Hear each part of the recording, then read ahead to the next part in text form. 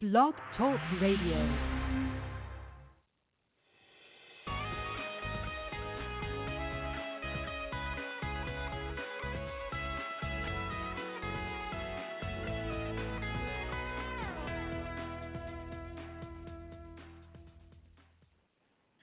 Hello, everyone. I'm Alan Potcotter, and you're listening to Call Talk for July 31st, 2019. Today's topic is agent performance and quality training. If you're listening live, we invite you to be part of the show and ask questions. Here's how you do it. Email me at calltalk@benchmarkportal.com. I want to remind everyone that all of our shows are archived and available to listen to at any time of the day. You can be found at benchmarkportal.com. And now I'd like to introduce the host of the show, Bruce Belfiore.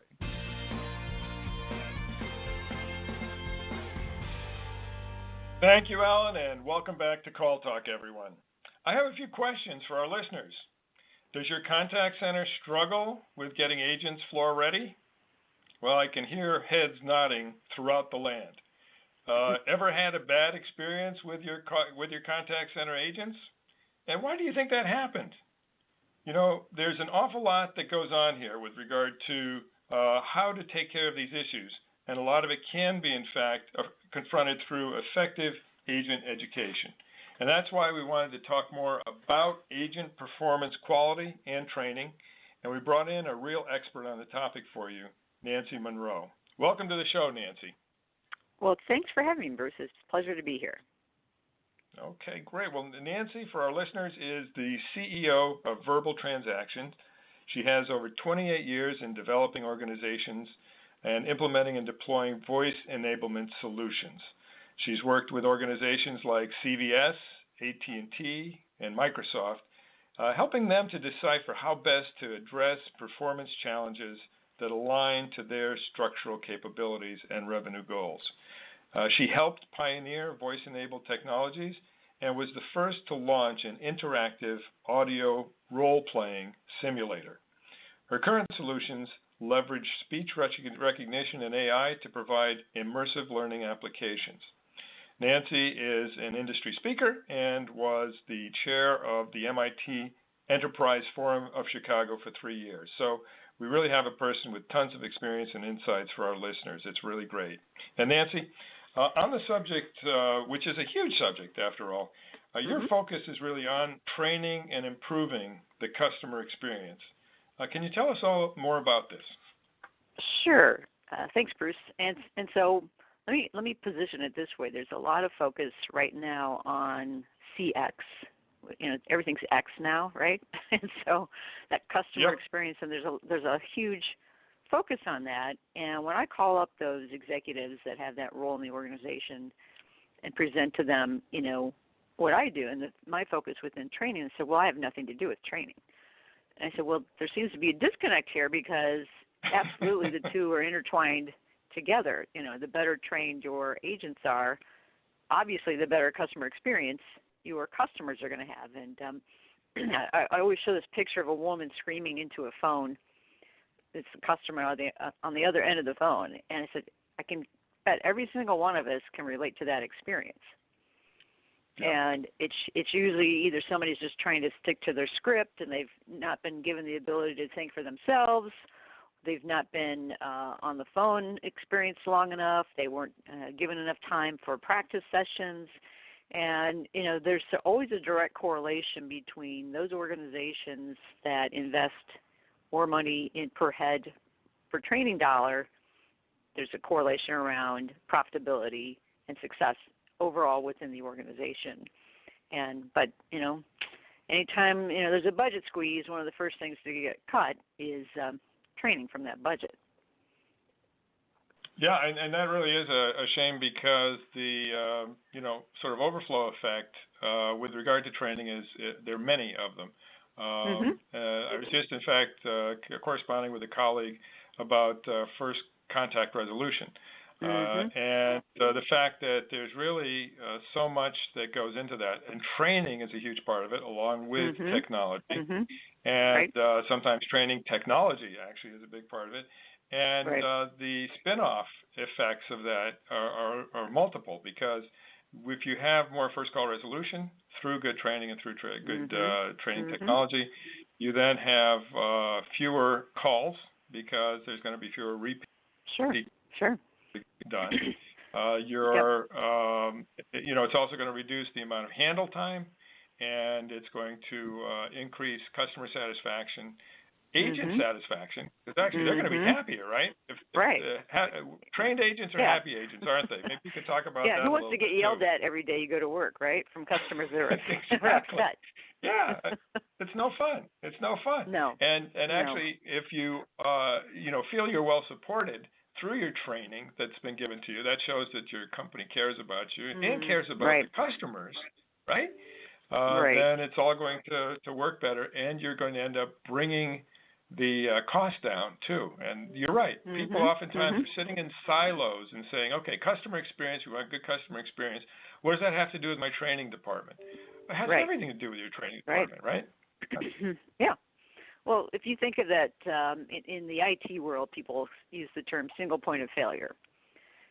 So for a contact center, obviously the single point of failure is people can't call in or use chat or whatever, but then that next single point of failure is the person they're interacting with. And you think of all the time and money investment that organization paid to acquire that customer, and within one phone call, not only could you lose them, but with social media these days, they're going to spread the word pretty darn fast on Facebook or Twitter or whatever it is, and just say, never ever use this company again because this happened to me. Yeah. No, in fact, that is right. We're all sort of in the thrall of social media these days, and it can have such a big impact. Even when the impact may be limited, it oftentimes gets to the senior people in our organization. And for us, it can be a disaster, even if, objectively speaking, the company's not going to fold because of it. We could end up folding because of it. So it has to be taken very seriously, and obviously you want to sort of really make sure you've got the best customer experience possible. Well, and you think today's tight job market too. Bringing those people in, the recruitment costs up front to even find those people, and you've got some contact centers that are in geographic challenging areas where they kind of suck through that population pretty fast. So, they want to be able to find ways to make sure that that person they recruited, spent all that time and money to get on board, is going to stay on board because their pool of, possible employees is getting smaller and smaller these days too. Right. No, that's an important thing, and people will obviously jump ship if it's a lot more money or whatever. But one of the things that people in the industry do, agents do, is to talk to each other, and they can do that, either virtually over the internet or they can do it in person. Right. And if you have a good reputation for providing top training, and that's reinforced through really good mentoring and coaching, then that can be important. So what does that look like when it's really done well? When it's done well and does support the customer experience? Well, I think it all comes down to the culture first. Does the culture allow for that? And then there tends to be a big gap around the skill set of that floor manager. And so some do it better than others. And so some of the training could also go into training the actual managers on the floor, the leadership within the contact center. And you guys probably know that better than anybody because you guys provide some of that. So it's, there's so much focus on getting an agent training, product knowledge, up to speed, train, but who's training the people training them on how to actually provide them with good coaching and good feedback? Because that doesn't come natural to people. Typically, somebody got promoted because they were a good agent, and now they're the manager. And so somebody forgot to teach them how to be a manager, and they're just kind of stuck learning it on the fly and not always doing the best job. No, that's absolutely true. We see that all the time, Nancy, where people are promoted either to training management positions or to supervisor positions, and they themselves aren't given the right training to be really good trainers and coaches.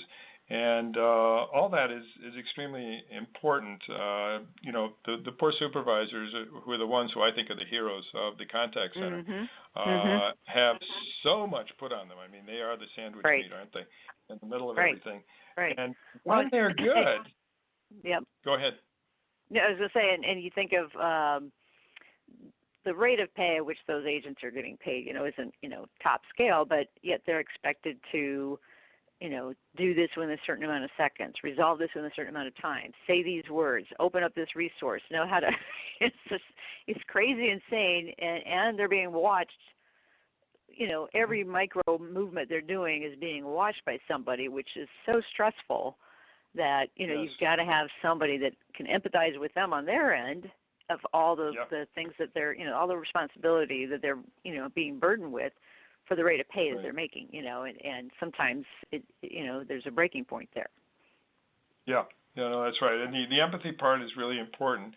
And unfortunately, you do see situations where people are promoted to supervisor and they feel like they have to flick a switch, and they're no longer in touch with their former selves as agents. And that's you need to obviously take your new role seriously. But I've often advocated, particularly with certain clients, what I call changing the supervisor role to the agent advocate role. And what if you were, in fact, to change the name of supervisors to agent advocate, and to say, your success is going to be based on the success of your people. And so you need to train them, mentor them, etc. for that. And we as a company are going to make sure that you have the training in person and the technology-enabled training, etc., that will allow you to do that. And we're going to make it specific for supervisors. We're going to give you supervisor training. We're going to give you coaching training, and make it so that you can succeed in making others succeed. Right. And I see that not only in call centers, but I've done a lot of work with inside sales and sales enablement organizations, and the same gap is loud and clear there too, because I think Harvard did a study where they'll coach their top performers and their low performers, but they're not coaching those people that are just getting by. And if they were able to move the needle just 10% of that bigger population, how much more effective and how much more of an impact it would have on the organization. So the same is for contact centers, I'm sure, because we've got top performers that are always flying by, winning all the awards, winning all the prizes, getting all the pats on the back. And then you got the people that are just, can't, they're really struggling, so they're going to get a lot of remedial, coaching. But those people in the middle, what do you do with them? Because, it's hard to provide a scalable way of tracking all those other people in the middle with the resources that you have. So you've got to find some way of providing them with some kind of reinforcement and engagement as much as you can. Because, just like the Harvard reports showed, if you could just move the needle incrementally 10% and improve their performance by that much, just think of how more first call resolutions you would have and all the benefits you would receive from that. Right. Yeah, no, that's huge. That's huge. And what has your experience been, too, with regard to AI, speech recognition AI, with regard to the learning process? Because what you're just talking about obviously is partly a matter of scale, because if you have a very small center that's almost like a little family, maybe one or two supervisor groups, that's it.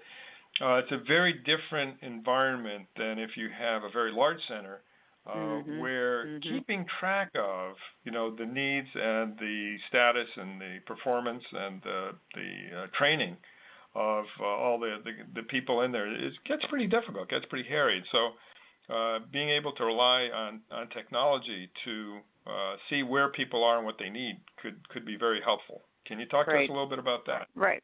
Yeah, so I've been kind of on a little soapbox these days because the standard way of measuring electronic training today is or online training is something called SCORM. And all SCORM is required to do is measure when somebody took the class and if they passed the test at the required level. So you have no idea what happened in between, what their true competency was, if they're actually transferring that knowledge and applying it to,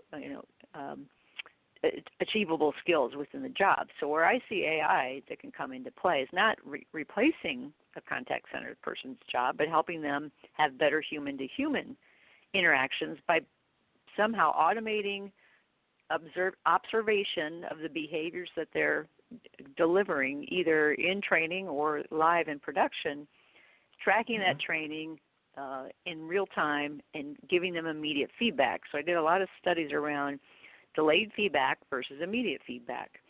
And in call centers especially, sometimes they're not going to know that that agent, let's say the example was somebody at I think it was Comcast, where they keyed in the wrong appointment information for some technician to show up at the house. Well, they didn't get that information until a couple of weeks later that happened, because the technicians as a separate contractor, and by the time they fill out their reports, then that gets to the call center, gets to the manager, gets to the agent. It's like, oh, okay, yep, I guess I screwed up. That doesn't help. So no, that's a real ouch. Yeah, so if you can give them immediate feedback, we learn from mistakes. So like a little kid touching the hot stove, they're like, well, not going to do that again. So if you get that feedback immediately, just like touching the hot stove, you're going to learn that much faster, and that knowledge transfer is going to happen much faster as well. So and that's where I see AI playing out. Right. Okay. So AI does that, and that has the advantage of not just giving feedback to the individual, but maybe finding out something that's more systemic, like you were just talking about, and making sure that everybody is brought up to speed on it, and maybe the system has changed and the processes, et cetera. I can see that. I can see that be very powerful. And if you actually do that, the ROI on whatever you did to get there is probably going to be pretty high too, right? Right. Well, and you really have to understand the systems that you're working with. You have to understand how AI works. I was actually helped with the Chicago AI Days here about a month or so ago, and helping put together panelists and the speakers. And I was telling the gentleman running it, I said, well, we're forgetting one very important panel here. He says, well, who's that? I said, the bots. We need to have a panel of Siri and Alexa and Google Voice. And so I brought all these devices and asked volunteers from the audience to hold them. I held the microphone, and I asked each of the bots individually, the same question, because you can address them separately, and just to show the audience that we still have a ways to go. The bots are not going to take over the world, so you have to understand the limitations of what this technology can do as well, and understand natural language processing and all that. So you can't just plug in. It's not a plug and play activity. So you have to really understand the technology, understand what its limitations are, but also understand the power behind it. Because we even asked all of those bots, what's the definition of AI? Siri got it completely wrong. And she went into this long description about something else. Yeah.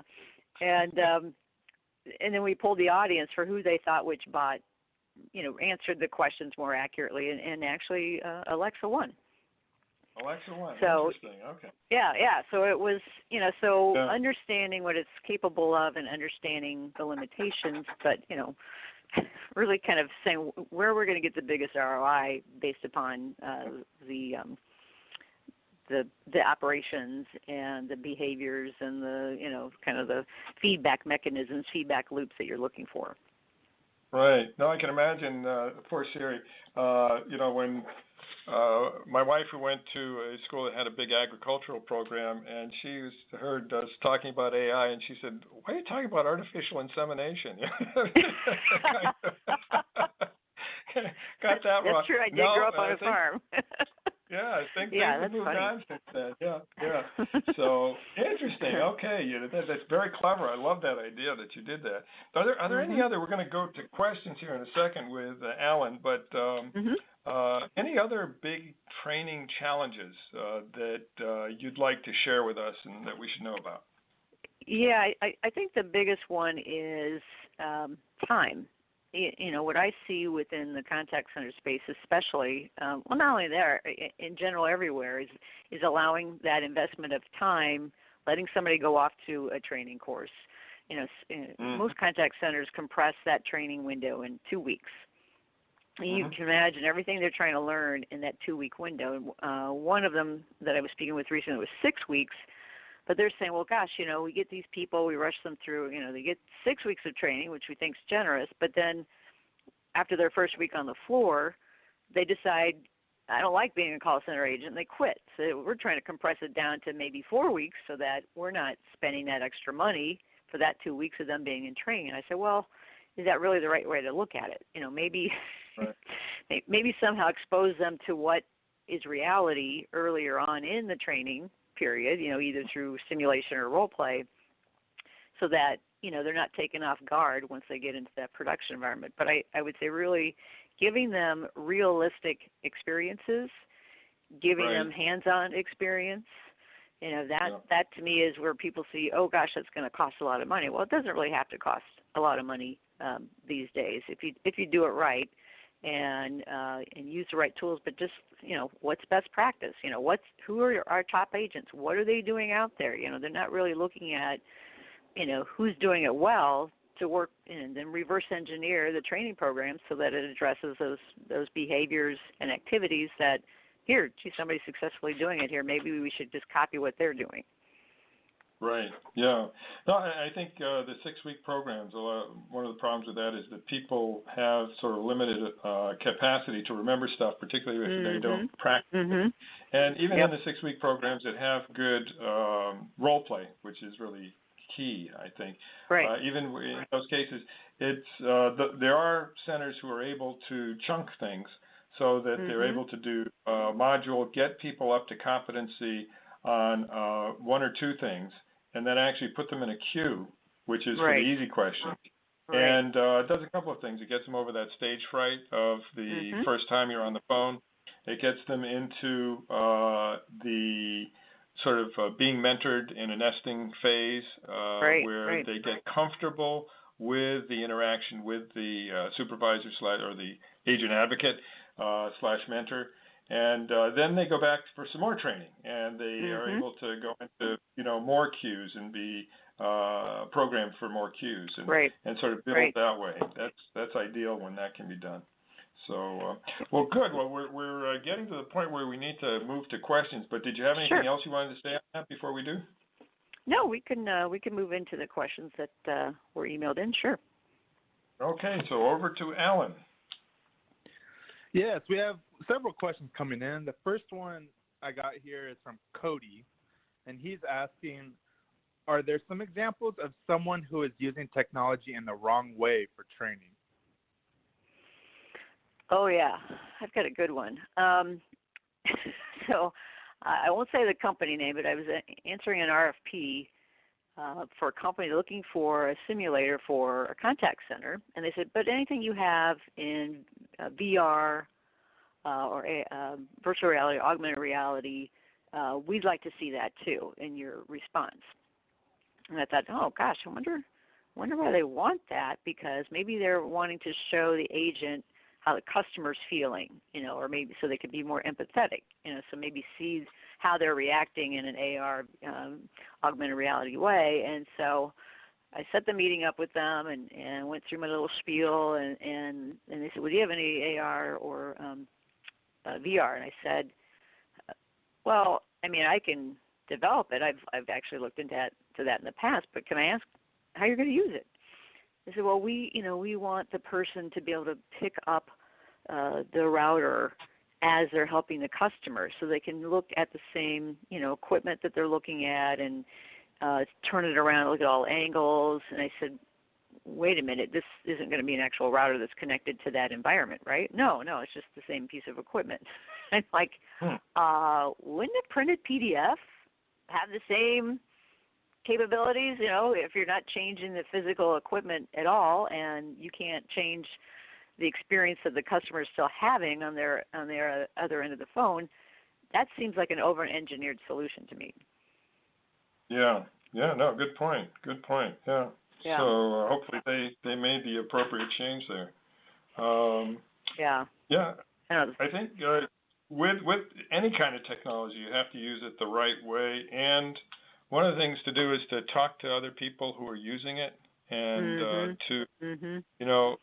there's nothing. I mean, everybody loves going to industry events, right? And one of the reasons is you get to talk to other people, what they're doing, what mistakes they've made, what they like, what they don't like, and the things that they're doing. So making sure that you actually talk to people and ask your vendor, your supplier, to give you other references. Very, very important. Very important. Sure. Okay. Sure. Well, good. Thank you for that answer. Alan, do we have any others? Yes, we got a couple more. The next one is from Robert, and the question is, a lot of call centers use role-playing to get agents up to speed. What are your thoughts on that? Well, I'm always a big believer in learning by doing. And I actually did a webinar a while back where I compared simulations versus role playing, and there's pros and cons to both. The problem that I had in a couple years back when I first got into voice-based technology, I created this interactive role playing tool, because when you're doing role playing, number one, you have to have 2 to 3 people at the same time, so that's pulling resources away. It becomes very subjective in the way that someone's assessing whether or not you did it well or not, and the person always being asked to be either the agent, always feels like they're in the hot seat, and that's not always the best way to conduct a learning experience. They're more worried about am I going to say the wrong word? I'm going to say the right thing, versus, being something that allows them to make mistakes without being judged. But the one benefit it does provide is that if you're the person playing the customer, you get to feel that sense of, you get to learn how to be empathetic because you're the customer. You're maybe having the frustrating experience on the other end of the phone. So I think in that way, that's good. Or if you're doing role playing in a way that maybe you're using a recorded conversation and then having people respond, how would you respond to this, and back and forth with an actual customer engagement, that is a good way to learn. But I think the traditional way that people do role playing, there's room for improvement there. Mm-hmm. Yeah, one of the things too that I've noticed is that with the role playing thing, we oftentimes are concerned about how the agent is going to feel in the hot seat there.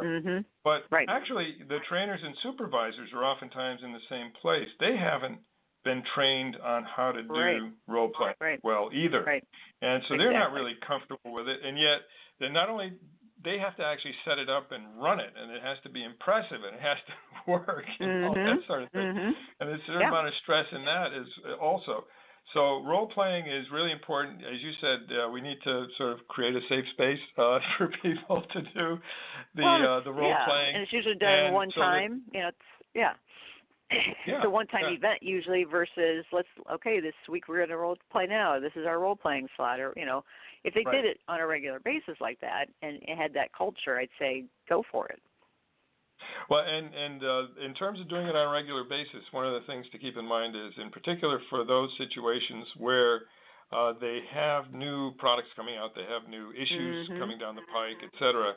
One of the things is to have a team meeting and to say, hey, there's this problem with our product, and so we want you all to know about it. It's another thing to say, we've got this problem with the product, we've got this fix that's coming through, let's do a role play on it. Okay, so let's say that, I call in and blah, blah, blah. After the instruction has been done, let's actually see what it feels like to actually deal with the situation. And, that's, I think, something that should be ongoing, and not simply something that's reserved for initial training.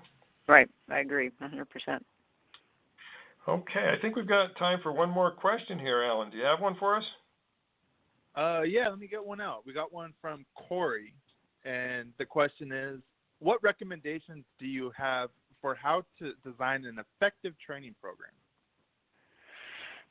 Okay, well, this goes back kind of what I was saying earlier. Look to see someone that's your top performer. What are they doing? What nuances are they doing that maybe they didn't learn in their initial training that they've learned to use over time just based upon the systems that they're using, the resources that they have, and the types of customers they're interacting with. And, kind of, like I said, reverse engineer it from there and give those agents as much hands-on as you can, because, I'm deep into that simulation space, but any kind of interactivity, anything that's more active versus passive learning. I see a lot of passive learning design out there where it's an online course where it's just, page turning, and that's really not helpful. And so the way you want to break it down is, first of all, is the information is the learning I'm giving them, is it information-based or is it skills-based? And start breaking it down from there. And anything that's informational-based, put it into a document, put it into some reference, put it into SharePoint or wherever you've got, your knowledge management system, and teach them how to navigate it to get it to when they need it on demand. But anything that's actually skills-based where you have to transfer knowledge, make that as hands-on as possible. So any recorded calls that you can give them and have them react to them, any kind of simulation, there's software simulation tools out there, anything like that really gives them that hands-on experience to help make that knowledge transfer faster. Okay, I love that idea. I think that's great. And Nancy, unfortunately, we're out of time now. But if you have any last words for our audience, then I would love to hear them. Otherwise, we'll proceed to wrap things up. Well, just value the investment in training and think about the value you're providing today and see how you can improve upon that. Okay, great. Well, thank you so much for being with us. It was great information. For any of our listeners who would like to reach out, Nancy can be reached at nancy@verbaltransactions.com. And this episode, as you know, will be recorded and will be posted on our website for your future listening pleasure. So thank you so much again. And with that, I'll hand things over to great. And I'll hand things over to Alan to wrap things up. Yes, thanks again to Nancy and to Bruce for your insightful discussion on today's show. Be sure to join us next month for another great show or look at our huge selection of archive shows and topics at BenchmarkPortal.com. Then click on Call Talks, where you'll find over 9 seasons of this show. From all of us at Benchmark Portal, keep those headsets steady and your fingers ready. This is Alan Pockhotter signing out. Have a great day.